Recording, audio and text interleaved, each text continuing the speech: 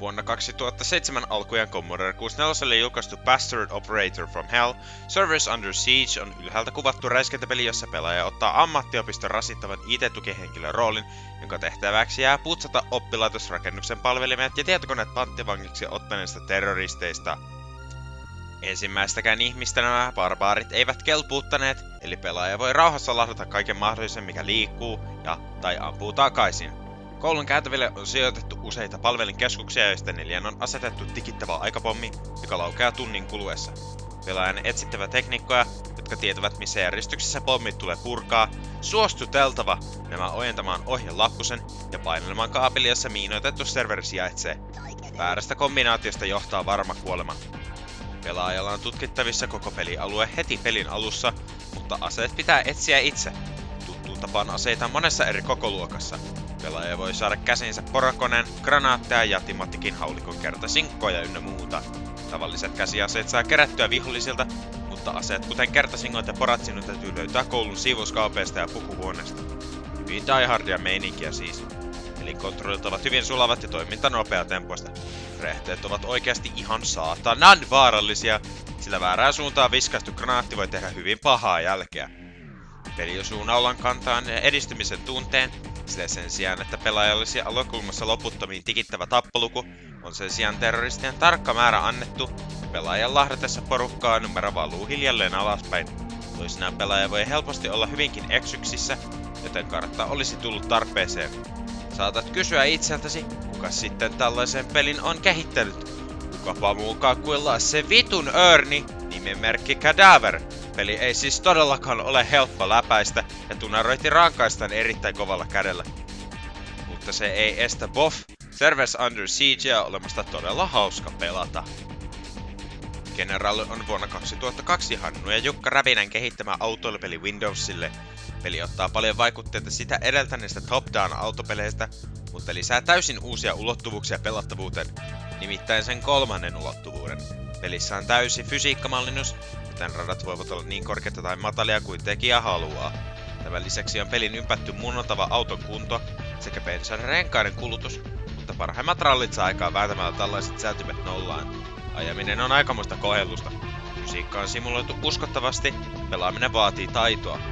Oma auto täytyy opetella kesyttämään, mutta kun homma häntää, ajaminen on äärimmäisen hauskaa, etenkin kavereiden kesken. Auto on oikein mukava kattos ja autosta jokainen toimii omalla tavallaan ja suoriutuu eri alustasta vaihtelevalla menestyksellä. Ralliautolla pärjää parhaiten sorateilla, kun taas Mac Turbo on parhaimmillaan pitkillä asfalttisuorilla. Känki on ripeä ja kevyt pikkuperkele, kun taas General on kaikille alusteille soveltuva yleisauto. Autot ovat hyvässä balanssissa, mutta pelistä löytyy myös komea nippu erilaisia ratoja. Peliin voi myös luoda omia tekoälykuskeja ja säätää näiden ajotaitoa. Jos ei tämä kaikki säädettävyys kelpaa, peliä voi pelata 6 ihmispelaajan kesken. Eikä siinä kaikki. Jos löydät nykypäivänä oikeat foorumit, voit näiltä sivulta ladata roppakaupalla uusia autoja ja ratoja oikean elämän ralliautosta koulubusseihin. Jos ei pelin yhteisön kasaamat radat kiinnostele, voit tehdä niitä myös itse. Kaikkiaan General on loistava rallipeli, jossa säädettävää ja ronklattavaa löytää.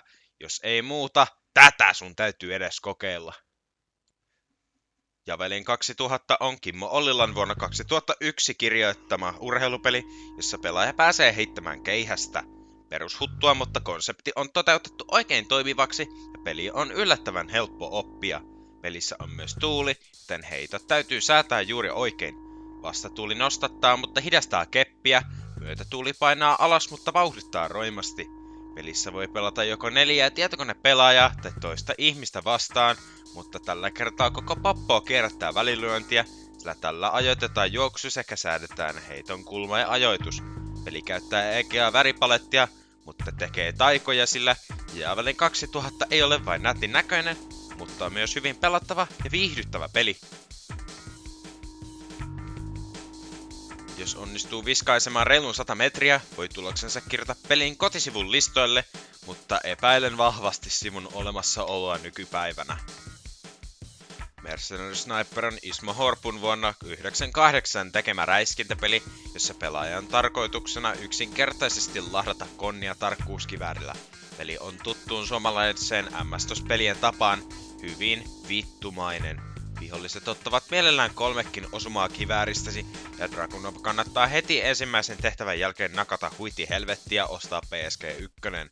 Pelin graafinen ilme on samaa tasoa Ryssän kauhun kanssa, enkä olisi yllättynyt, jos nämä pelit olisivat olleetkin samojen ihmisten työtä. Tehtävien välissä pelaaja voi parantaa itseään, ostaa uusia kivääreitä, ammuksia ja lisäosia. Tarkkuuskiväärit voi myöskin kokonaan unohtaa, jos miellät enemmän perinteisiä rynkkyjä, sillä käsiinsä voi haalia sekä M16 että AK-47 kivääriä. Kuoleman koettaessa kirjoitat nimesi tyhjään tulostaulun, ja peli sitten puuttaa sinut takaisin DOS-päätteelle, ei edes päävalikkoon. Mercenary Sniper on yllättävän mielenkiintoinen pakkaus, mutta itsellä ei ollut loppujen lopuksi huiman hauskaa pelatessa.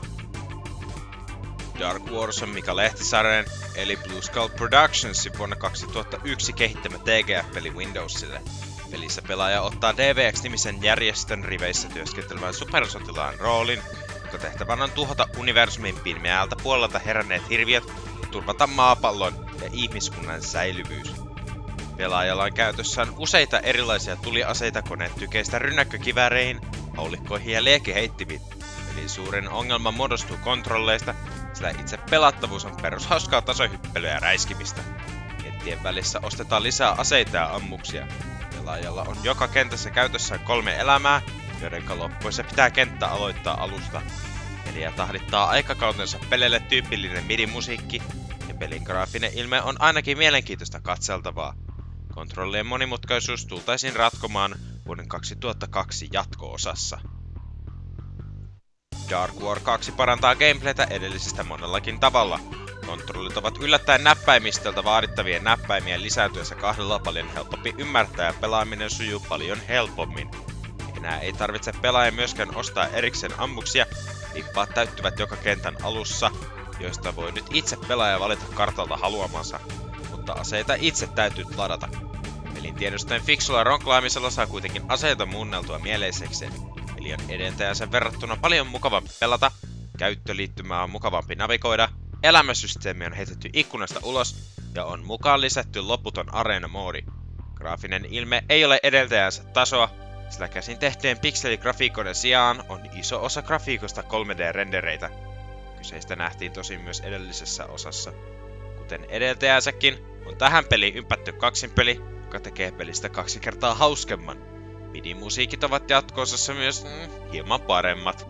Molemmissa peleissä suurin ongelma on eräs helvetin rasittava bugi, jossa jokin virhe päätyy luuppaamaan tiettyjä ääniefektejä loputtomiin.